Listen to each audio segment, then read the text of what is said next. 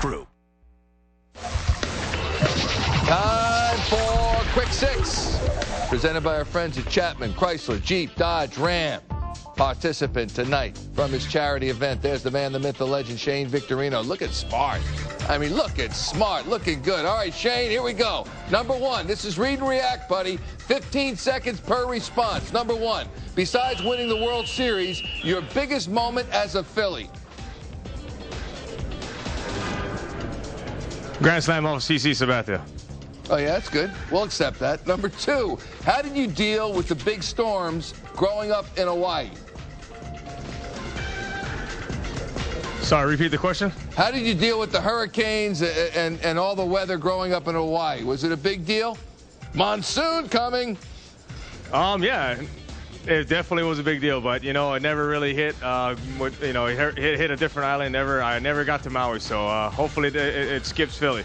You know what? I never got to Maui either. I got to make a mental note. Number three, what's your impression of Hunter Pence? What do you think of him?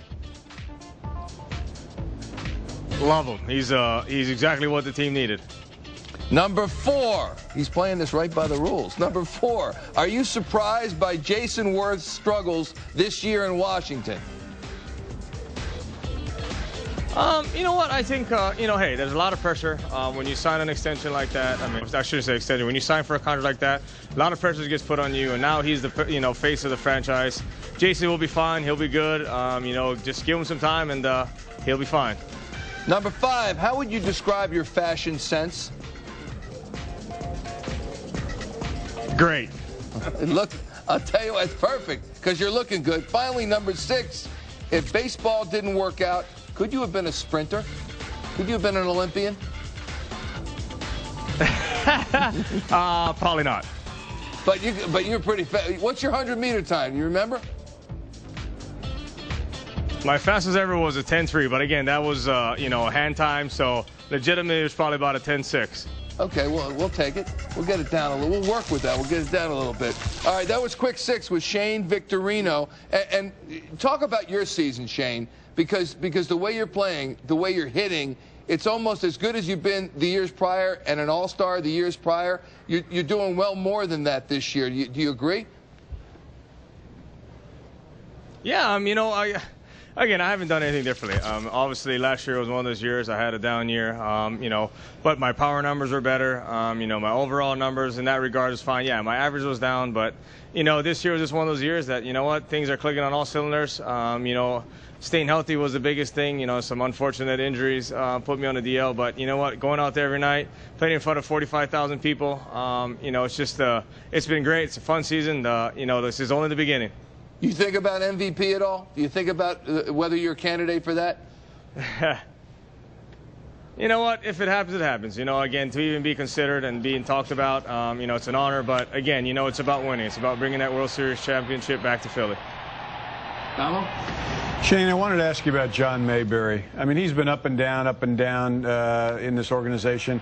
What's the difference with him this time?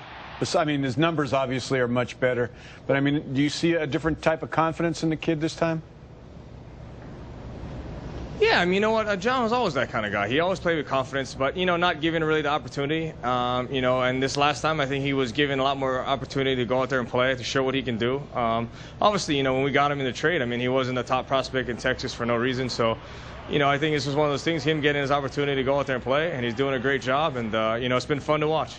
When we look at Stan, go ahead. You had a thought? Shane, Stan Hochman here. There have been so many guys on the disabled list, and now Jimmy Rollins is on it, and yet you've got the best record in baseball. How do you explain that?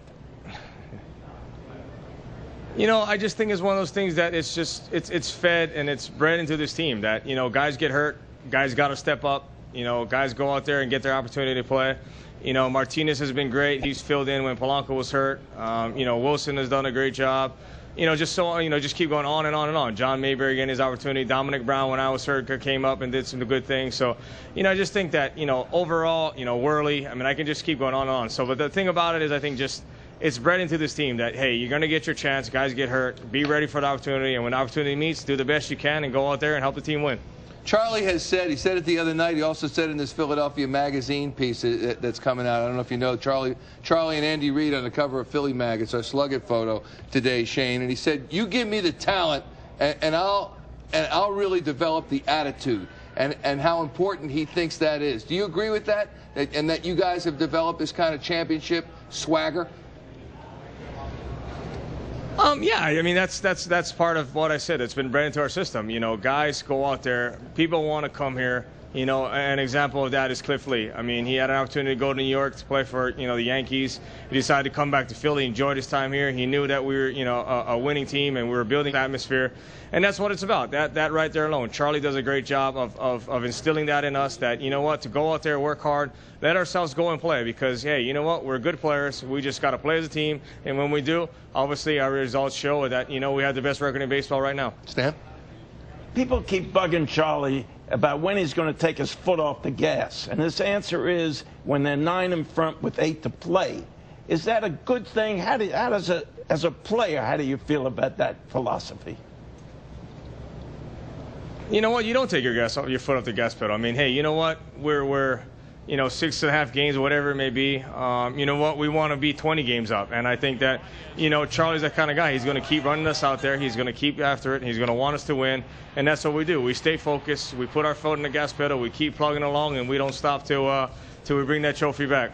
Yeah, by the way, your lead is 6 now as the Braves just won against the Chicago Cubs. Flashback to August 6th and your little skirmish or big skirmish with Ramon Ramirez. He nails you in the back, and you took exception to it and came out. Would you play it the same way again? Yeah, I mean, you know, that's not going to change. I mean, you know, I'm going to play the same intensity.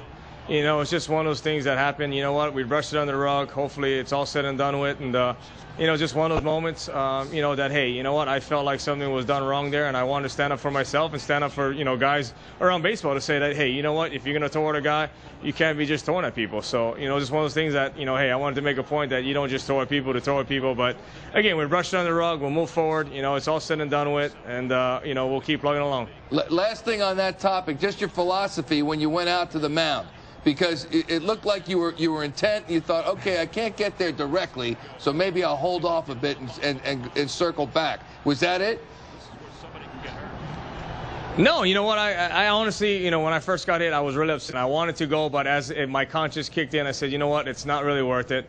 You know, I just wanted to make a point that, hey, you can't be just throwing at me. Again, I had no intentions of charging them out. You know, if that was the case, I would have gone from the beginning. But I did step forward, and yes, I did spark a little bit of what happened. And, you know, I think Whiteside and Ramirez took a little out of control and made it a lot worse than it could have been. But you know what? It happened. We'll move forward. And, you know what? Hopefully we'll play those guys again. And we'll just keep going along and win. And that's what it's all about. It's about getting a W at the end of the day.